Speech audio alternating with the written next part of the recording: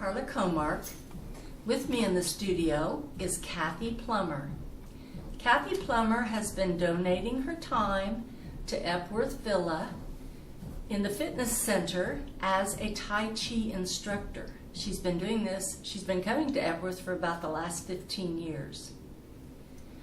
I am a newcomer to her class, but already even after the first class, I noticed increased focus and a calmness to my breathing. She's here today to talk about herself and TaiChi. Welcome, Kathy. Thank you. It's good to be here. Thanks. Two things I know about you. You're passionate about TaiChi and you're passionate about knitting. What else can you tell us about yourself? Well, I grew up, my parents are from Oklahoma and went to school at OSU and then moved to Arizona. So my early life I grew up there and then moved back to Oklahoma, and I've pretty much been here since then. Later in my adult life, I started back to school and became an occupational therapy assistant. I took classes at Oklahoma City Community College, and my first field work in occupational therapy was here at Epworth Villa.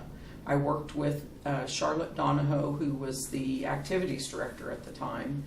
And the biggest thing I learned from her was that every activity that she planned for you all here, she wanted to make sure that the activities were therapeutic, even though you all didn't know that. And so that was something that I learned from her.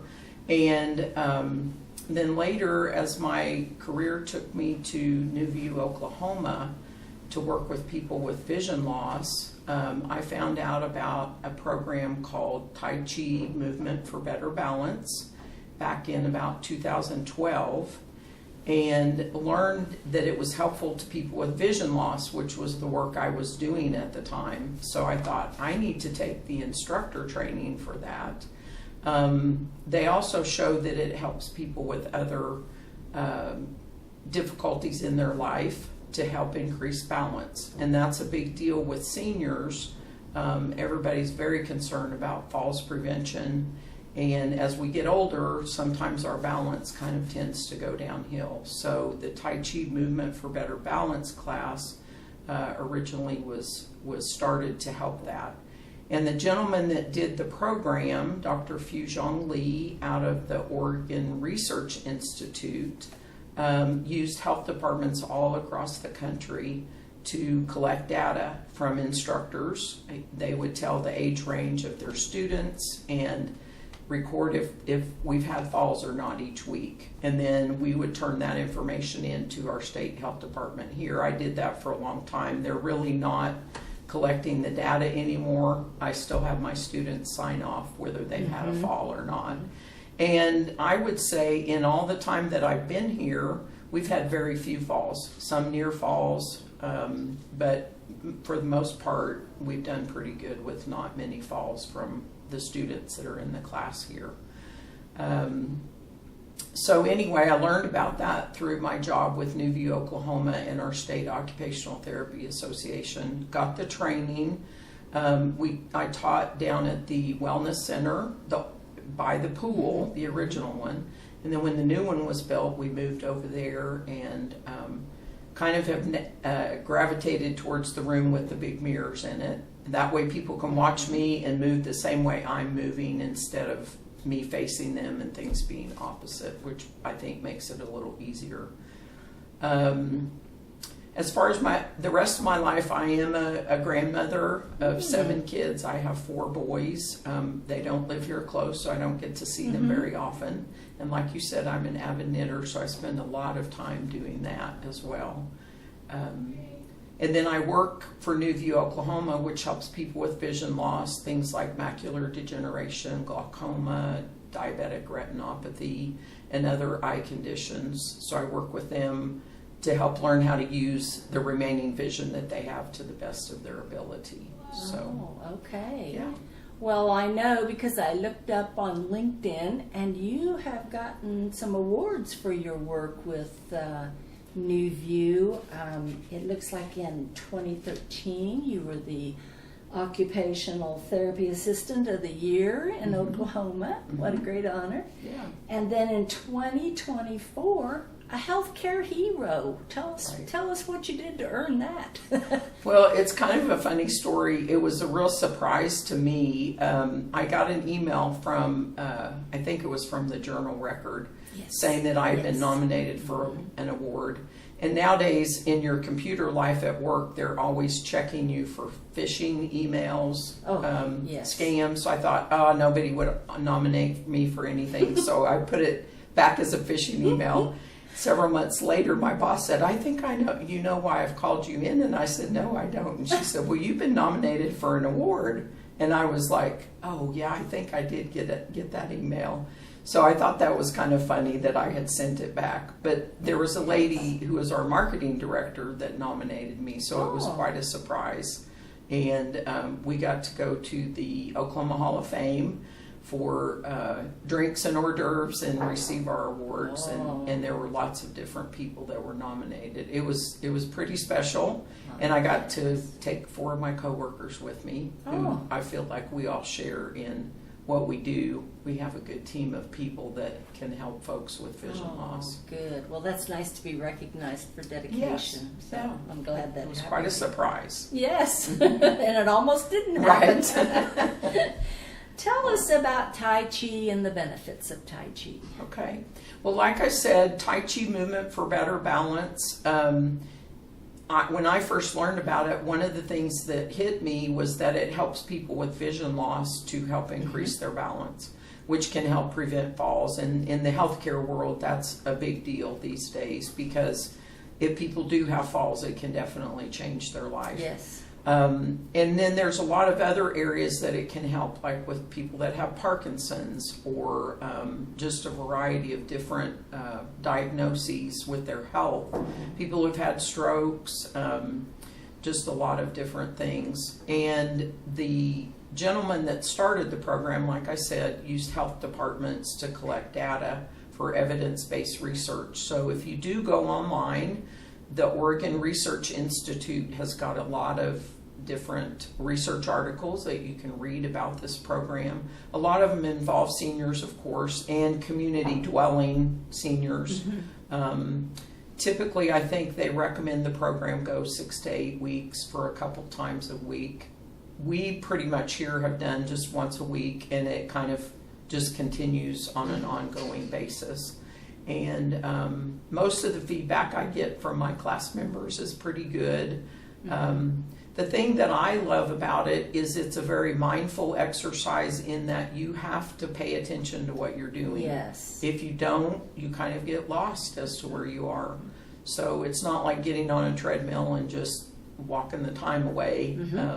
You have to think about what you're doing. It's a very slow exercise, and so we try to keep it as slow as we can. It's not real high impact or real aggressive or big time aerobic activity, but it's meant to strengthen your legs and help with balance. It's a lot of weight shifting more than it is a lot of movement.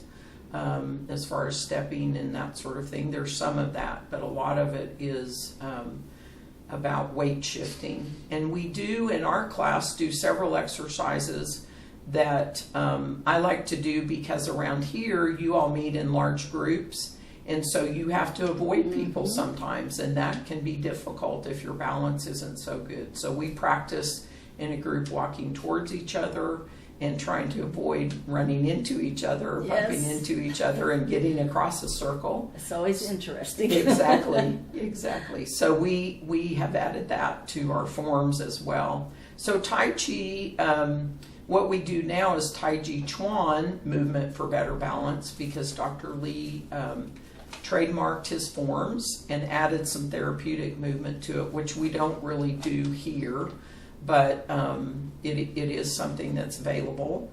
And so we use those forms. There's 8 of them. The forms are based on Yang style Tai Chi, which I believe has 24 forms. And in Yang style Tai Chi, I believe they do one form on the right, and then maybe on the left it would be something different. The TaiChi Chuan movement for better balance is symmetrical, so we do a form on the left usually to start and then on the right, and it's the same form for both sides. But it's my understanding it was originally started for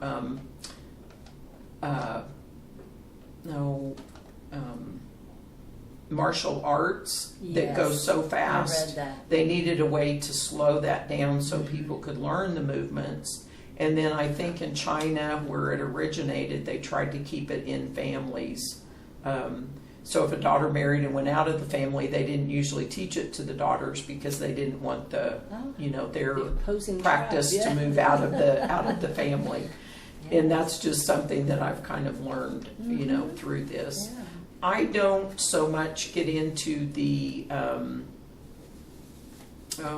martial art or that type of thinking. I think of it more as a therapeutic exercise.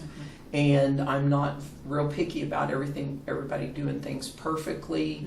I want people to move and move into it slowly. It can be a little intimidating at first. It's not a hard exercise. But if we just let people move at their own pace, things come eventually, and they do a good job with it. I think it's a real natural flow of body movements. Exactly.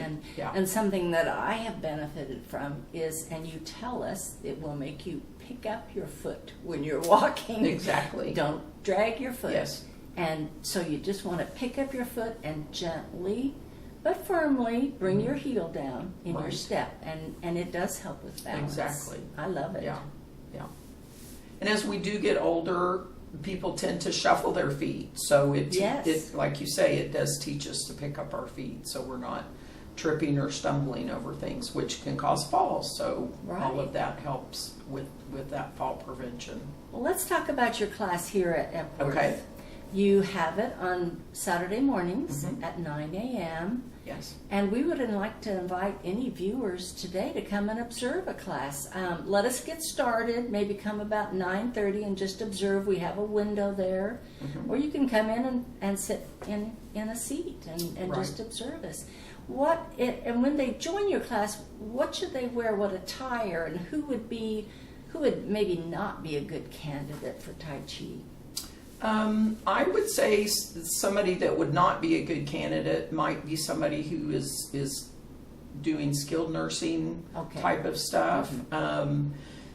Things could be done from a wheelchair. Our class here typically does not involve chair exercise. There is some available with this program, but we typically don't do that. So I would say somebody who's up on their feet. You want to wear loose clothing, comfortable shoes. I would say that are flat. Tennis shoes are good. And just, come ready to learn. And don't get too excited if you don't do it right the first time. We have lots of people that just keep coming back and learn it more and more as we go along. So we do 8 forms, and we repeat those probably 4 to 6 times through a class. We do start out with some warm-up exercises that kind of work all of our joint areas from head to toe to get started.